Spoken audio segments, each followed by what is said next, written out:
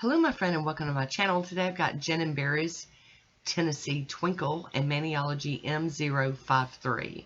Here is Jen and Barry's Tennessee Twinkle. So pretty. It's like a dusty purple with tons of like hollow shimmering glitter in it. Oh my goodness. Very, very nice. I do like the brush, and the application is going quite well, so it's got a good formula. I'm going to cap my free edge here. There we go. And now for a second coat of Tennessee Twinkle. This is a polish I got at the Polish Expo in Nashville. So there we go. I am going to top this one with American Classics Jealous. I get this at Sally's. It's a glitter food kind of polish. It helps fill in all those gaps when you've got like a chunky glitter and you want it smooth. This one works really well. Something you can walk up in a store and buy. I am topping it with I&M's Out the Door. Gonna get this one to dry down so we can do our playing. You know, we love to play. I don't want it to, I don't want to rush it. So, I mean, I want to rush it. I want to get to the playing part, but I don't want to end up messing up my base manicure. Awesome. So there's a photo of it on its own. Maniology M053. A little out of my comfort zone. These are not swirly twirlies. They're more abstract, circles, triangles, that sort of thing. I'm going to clean that plate off with some pure acetone real quick. And I'll be using Maniology. And this one is So Metal. Just a silver stamp and polish. My Monocle stamper and my H. La Cosadora scraper card. And I'm going to use these images all kind of grouped right here. These like straight. I'm going to run them down the nails. And I just thought that this would work out really well. Kind of a little, like I said, out of my comfort zone. I love me some swirly, twirly, flowery, brocade, mandala looking things. So this is definitely a different type of manicure. Get that over here. And I've got to clean the plate because the next one I'm using is close enough to the other one. And there was polish already on that image.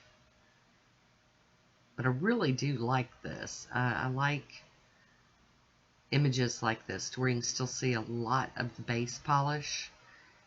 But still get some, design in there. Something fun. An element, to make it more fun. And I'm trying to line these up down the center. I don't know that I do such an amazing job, but you gotta practice this kind of stuff if you expect to ever be good at it. And I share all of my practices with y'all. I do use that little piece of tape to pull up any of the extra image that got on the stamper that I don't want on my nail or my skin around my nail, just because it just could totally mess up what I'm trying to do here. That one looks cool. Alright, this one's probably my favorite. It's got like a teardrop shape in it. I thought that one was really, really pretty. Turn that around so I can get to all of it. Here we go. Very cool. I'm digging this so far. Alright, one more. That little pinky nail. There we go. It's a really fun looking plate. I think I'm going to have to play with this one some more. It's got like that French tip design and the oval. I think this one would be real fun to, play with.